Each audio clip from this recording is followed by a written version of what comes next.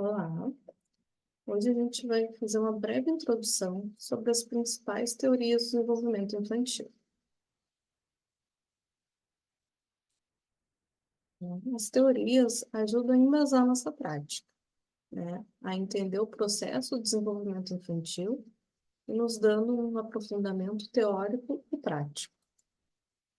Aqui nessa tabela eu trago os principais teóricos, tá? Das teorias comportamentalistas, cognitivistas e humanistas. Nesse conteúdo, a gente vai abordar um pouco sobre Skinner, tá? Piaget, Vygotsky e Wallach. Teoria comportamentalista.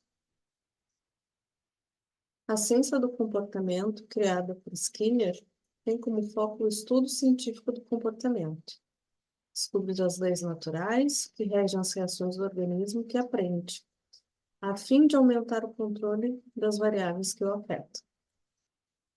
Segundo Skinner, o comportamento aprendido é uma resposta a estímulos externos, controlados por meio de reforços que ocorrem com a resposta ou após a mesma.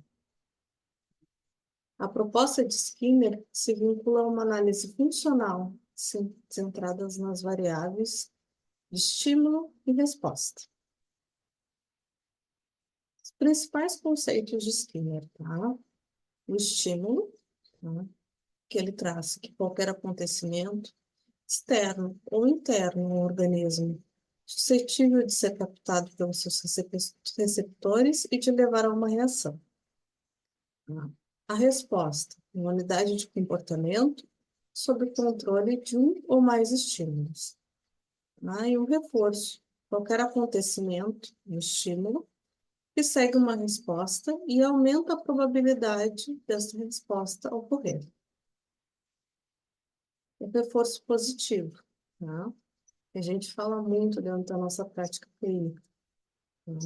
Quando esse acontecimento comporta uma ocorrência agradável para o sujeito. Tá? Reforço negativo. Quando esse acontecimento envolve a remoção ou afastamento de algo desagradável para o sujeito. Punição. Ocorrência de um estímulo nocivo ou aversivo após uma resposta. Tá? E a extinção, o processo de diminuição da frequência da ocorrência de uma resposta por supressão do reforço que a mantinha. Bem, aqui estão parados os principais conceitos de Skinner também, muito utilizado na questão da teoria do comportamento. Teoria cognitivista. Piaget, né, desenvolveu uma das mais influentes teorias de desenvolvimento cognitivo, focando especialmente no processo de como as crianças constroem conhecimento ao interagir com o mundo, né? O que a gente fala bastante, o quanto é importante, né, o ambiente para a criança, né, e essa interação com ele. Piaget propôs 4 estágios de desenvolvimento cognitivo, e cada um deles reflete mudanças qualitativas na forma como a criança compreende o mundo. O estágio sensório-motor, de 0 a 2 anos. Nesse estágio, o conhecimento é adquirido principalmente através de experiências sensoriais e manipulação de objetos, né? O desenvolvimento do conceito de permanência do objeto. A compreensão de que objetos continuam a existir mesmo quando não estão visíveis é uma das grandes conquistas deste período. O estágio pré-operacional, de 2 a 7 anos. A criança começa a usar a linguagem para explorar o mundo. No entanto, o pensamento é ainda egocêntrico e simbólico, com dificuldade em ver as perspectivas das outras pessoas. A criança também apresenta uma limitação no pensamento lógico, tendendo a basear suas conclusões em aparências imediatas. Estágio das operações concretas, de 7 a 11 anos. Aqui a criança começa a desenvolver o pensamento lógico em relação a objetos concretos e situações tangíveis. Tá? Há uma melhoria significativa na capacidade de realizar operações mentais, uma conservação de número, massa e volume, mas ainda com limitações em situações abstratas ou hipotéticas. Estágio das operações formais, a partir dos 12 anos. Tá? O raciocínio abstrato e hipotético emerge nesse estágio, permitido que a criança, agora adolescente, pense de maneira lógica sobre situações teóricas, conceitos abstratos e problemas complexos. Eles podem formular hipóteses e raciocinar sobre o futuro e eventos possíveis. Os principais conceitos de Piaget. A assimilação, que ocorre quando uma criança integra novas informações em esquemas já existentes.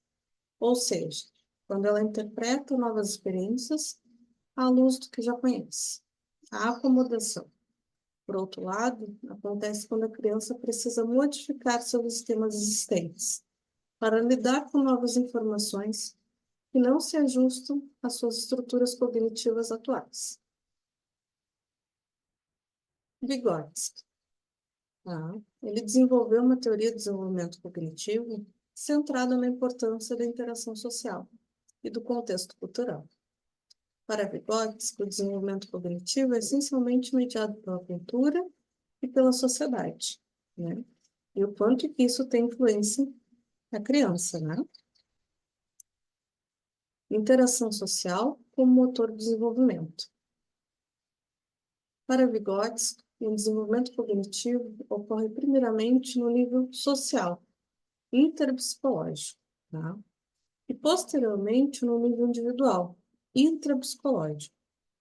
Isso significa que as habilidades mentais mais complexas, como o pensamento e a linguagem, surgem primeiro nas interações com outras pessoas e mais tarde são internalizadas pelo indivíduo. Um dos conceitos que ele traz, tá, é a zona de desenvolvimento proximal, tá, que representa a distância entre o que uma criança ou aprendiz pode realizar de uma forma independente e o que ele pode alcançar com o auxílio de alguém mais experiente, seja um adulto ou um colega. Tá? A zona de desenvolvimento proximal descreve o potencial de desenvolvimento que ainda não foi plenamente realizado, sendo um espaço onde o aprendizado acontece com suporte e mediação social, tá? Que lá no futuro, né, vai ajudar essa criança a ter mais autonomia. Teoria humanista. A teoria de Wallon é uma das mais relevantes dentro da psicologia do desenvolvimento infantil, especialmente no contexto da educação. Wallon propôs uma visão integradora do desenvolvimento humano, onde aspectos emocionais, cognitivos e motores interagem de uma forma dinâmica.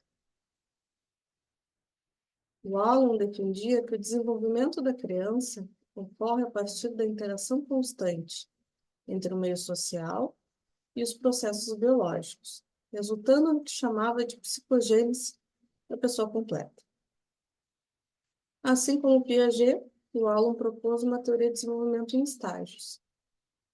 Interação entre os fatores internos, biológicos, e externos, sociais. Estágio impulsivo emocional, de 0 a 1 ano. Nesse estágio, a criança é dominada pelos movimentos reflexos, pelas respostas emocionais. A emoção é a forma mais primitiva de interação com o ambiente e com os outros. As respostas emocionais são o meio essencial de comunicação. Estágio sensório-motor e projetivo, de 1 a 3 anos. Aqui a criança começa a explorar o ambiente de maneira mais ativa, utilizando o movimento e a percepção sensorial. O comportamento é intencional e a criança passa a perceber o ambiente e os objetos como algo distinto de si mesmo. Estágio personalista, de 3 a 6 anos. Esse estágio é marcado pelo desenvolvimento da personalidade e da identidade da criança. Há uma forte presença do egocentrismo e do desejo de afirmação. A criança começa a formar sua identidade e se diferenciar dos outros. É também o momento em que surge o desenvolvimento da autonomia e da oposição, em forma de afirmação pessoal. Estágio categorial, 6 a 11 anos. A partir desse momento, há um avanço no pensamento lógico, categórico, mais sistêmico. A criança começa a usar a lógica para categorizar e organizar o mundo à sua volta. O desenvolvimento da linguagem e do pensamento se intensifica, e as relações com os pares tornam-se mais importantes. Estágio da adolescência, a partir dos 11 anos, durante a adolescência, há uma integração mais complexa entre o emocional e o cognitivo. O adolescente busca uma identidade mais madura e as emoções ganham uma dimensão mais complexa, influenciando a formação de valores e interação social. Espero que tenham gostado dessa aula, tá? Os slides vão estar disponíveis para download e o conteúdo também. Tá? Até a próxima.